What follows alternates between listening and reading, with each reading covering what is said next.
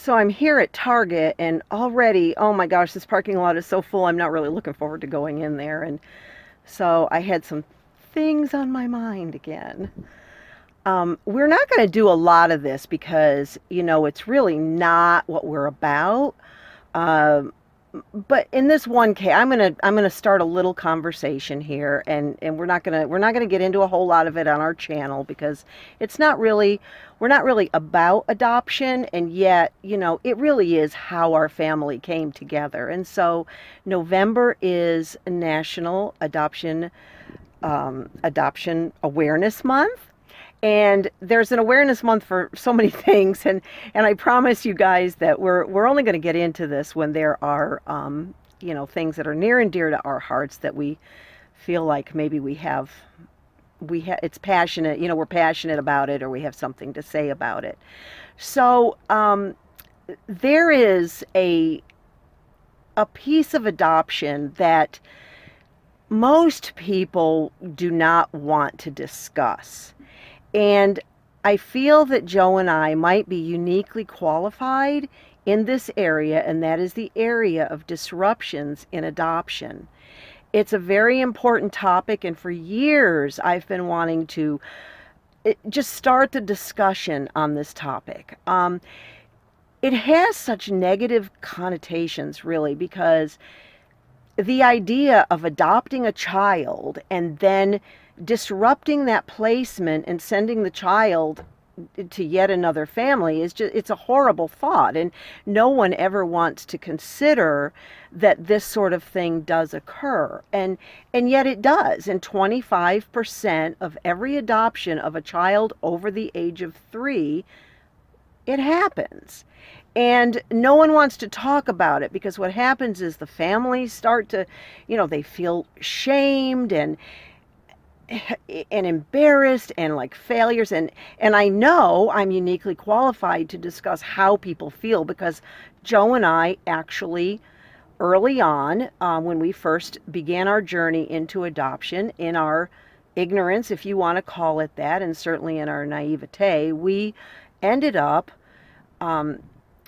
making a heart-wrenching, difficult decision and realized that we were not the right people to parent this particular child. And they say that time heals all wounds. Well, over 20 years, well, almost 20 years have passed since that happened. And it's true that time heals all wounds. And now I know how that story ended, and it had a very happy ending.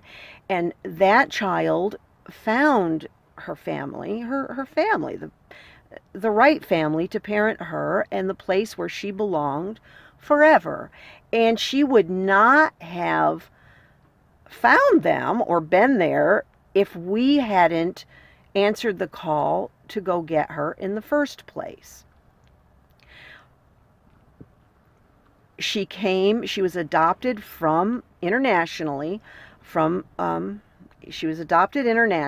I've got to be so careful here because, I don't want to give out any identifying information. It's a very sensitive topic, and I don't want to say anything that could be offensive to anybody in any way, and certainly nothing that could hurt anybody else. But she had been adopted from another country into a family who had, after a long period of time, placed her again to be adopted. And we received a phone call. This was back when Hannah was 5 years old. We had received a phone call from our social worker who asked us, it's all in our adoption video, and I don't think it's necessary to go into all those details right now, but you can go, and we'll put the links in this video. You can go take a look at our adoption videos if you'd like to have that information. But we said, of course we'll do this, and so we did, and we went down there and went through all the process of getting approved and all that. And after she was in our home for about 7 weeks, and we realized that her needs were far more significant than we were prepared to handle. We didn't understand it, and so we made looking back, I'm just going to say what I believe. Now, in the moment, I didn't think this. We were devastated and embarrassed and shocked and humiliated and felt like failures and the whole 9 yards. But looking back, I realized that it was a courageous decision and one made with wisdom. And we had a lot of professional people, in our situation. We consulted with a lot of professionals medically, mental health professionals, social workers, our attorney, um, the teachers and administrators at the school. And we didn't make the decision lightly. It was a decision that we made with lots and lots of wise counsel.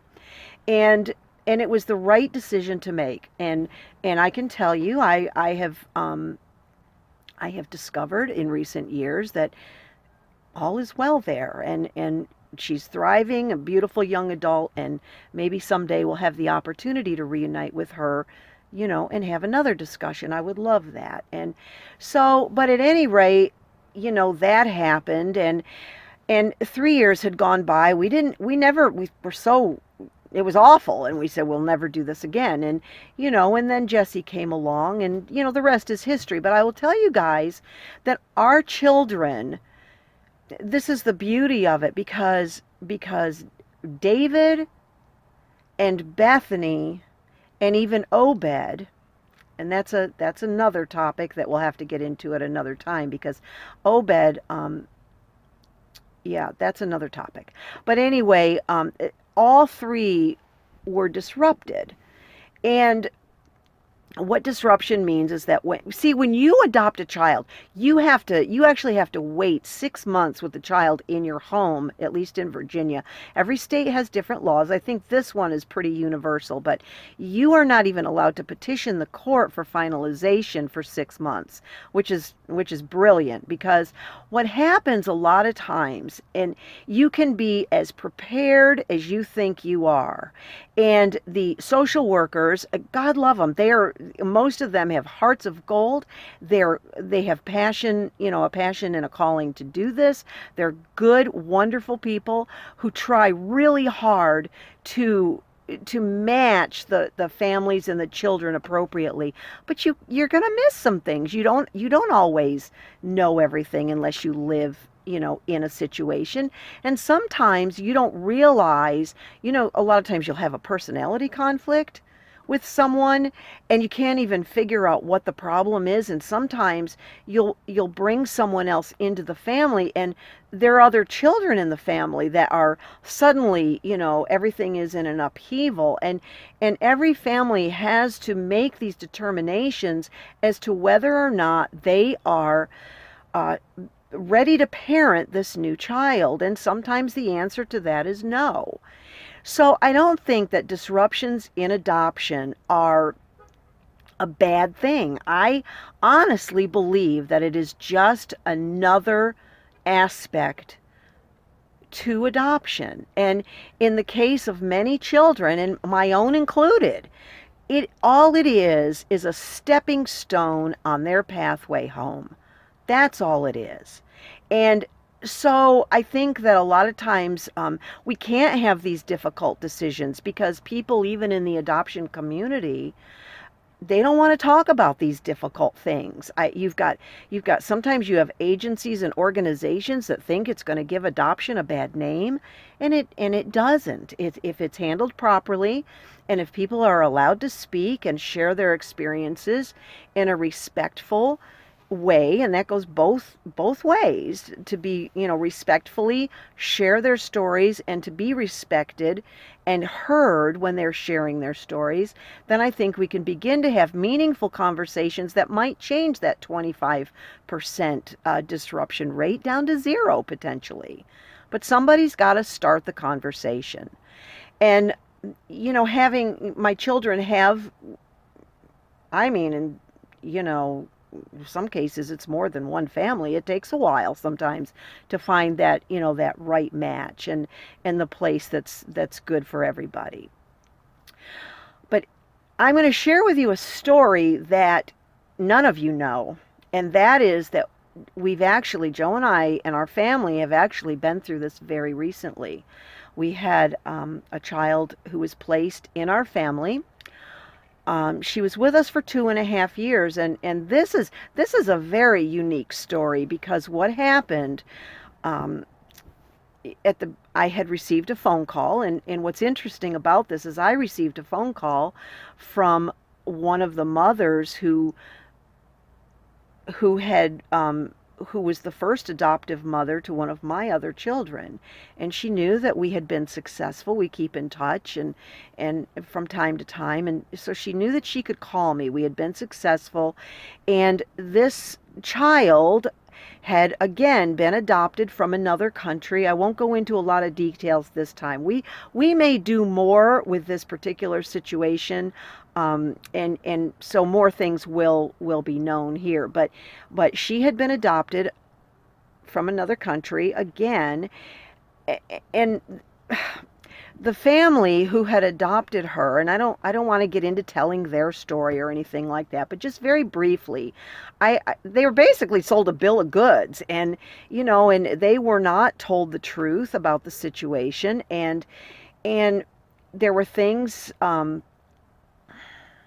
There's a lot of corruption in some countries, and in some of these international, not all, okay, because there are good, legitimate organizations that do good for kids, and there are a lot of children who do need loving homes. So please don't misunderstand what I'm saying. This particular country has since been shut down to adoptions. It was not a member of the Hague Convention. It has since been shut down. So it's being, they know, and it's being fixed. We hope it's being fixed.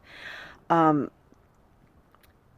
anyway, this child came, and there was history there that wasn't accurate. There's things on the paperwork that are not accurate. But anyway, when I received the call one afternoon, I was told that this 7-year-old blind child needed help immediately. The family had decided that they were not going to be able to parent her.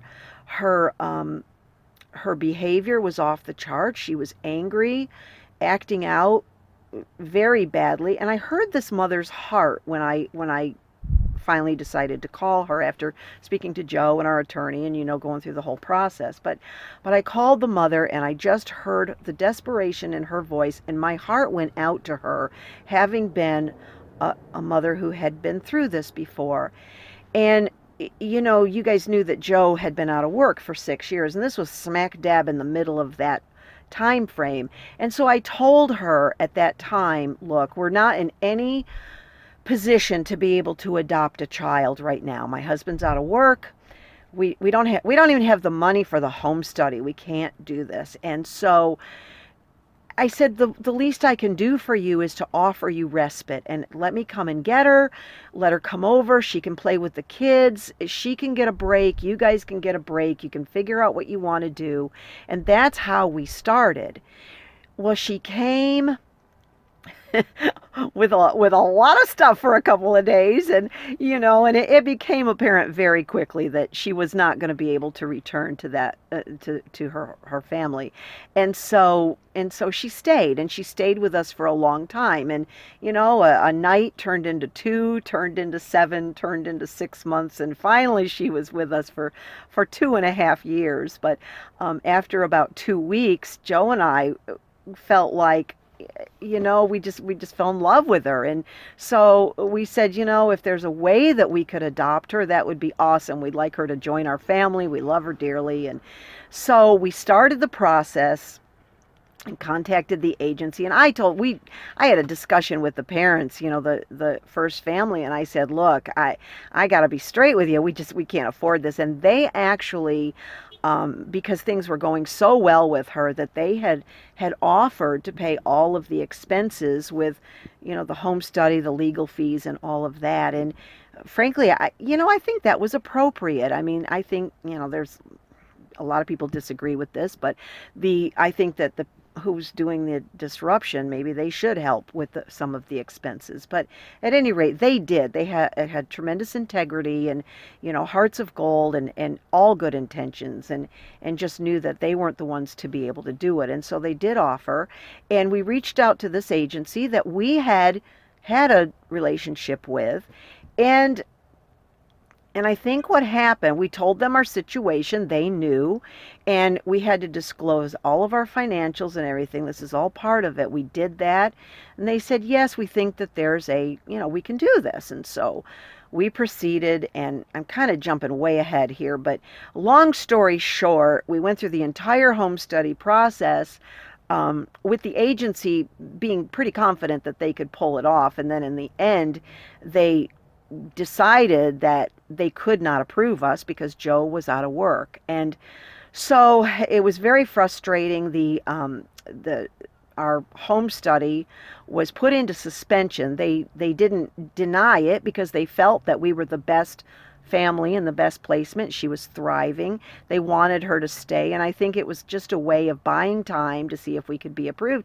And yet they had no solution for this poor little girl who was in limbo the whole time, just needing her day in court and for her life to be finalized and to move on. And time went on, 2.5 years, and we did obtain court-ordered custody. We shored up our legal position that way. And, and our attorney, she was trying everything she could. And it finally, we decided, she had told us that there had been precedents set in the court that were not going to look good for us. And we waited and we waited and we waited, and no job offers came and nothing happened. And it was heart-wrenching. And I realized, we didn't have help. We tried the county, we called every social worker we knew, every agency we knew, and we were screaming for help with this little girl, and nobody would help us. And one day I just felt, I don't know, led, for any lack of a better word, to sit down and make a list of the qualities of her perfect family. And so I sat down and I said, well, if we're going to do this, it better be good and it better be perfect. And I made this list so extensive, and just, I think in my heart, because we did want to adopt her. She had already become our daughter in so many ways. She had become our daughter. And we didn't want to have to do this, but we knew we had to for her sake.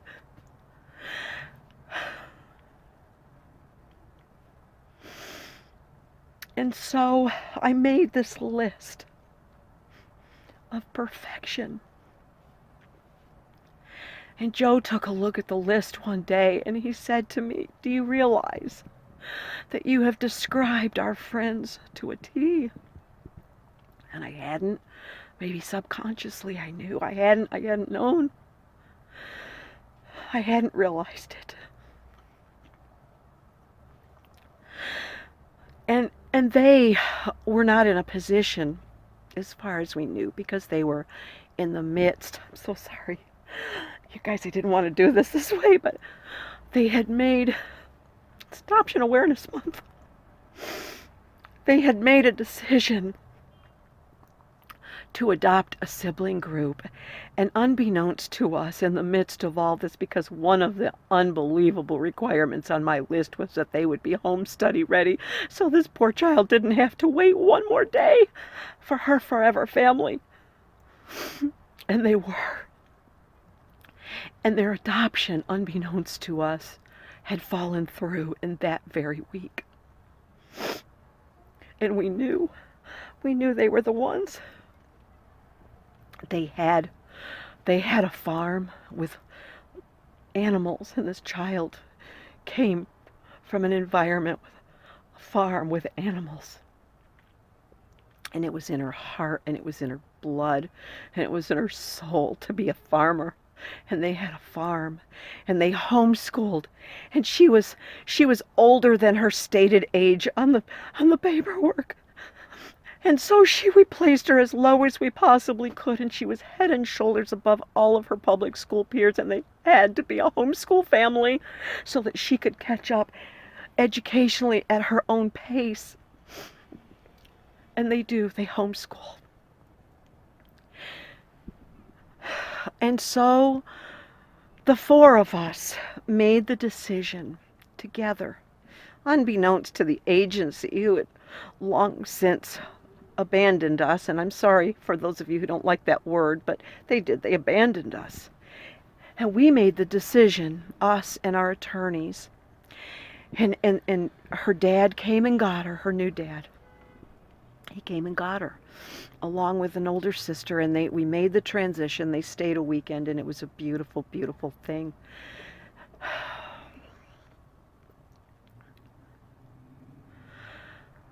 It's a year later now. Her adoption is final. She had her day in court. She is with her forever family.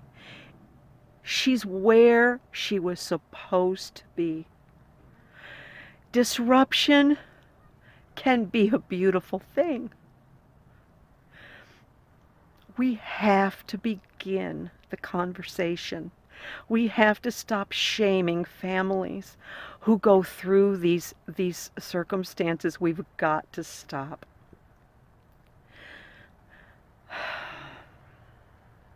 I think with this, I'm going to end this conversation today. I want to bring awareness to that particular topic. I think I have. Let's start the discussion. Let's talk about this stuff.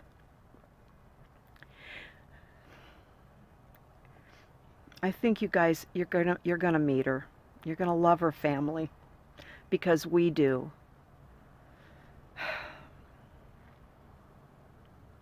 We love you, and you know we do.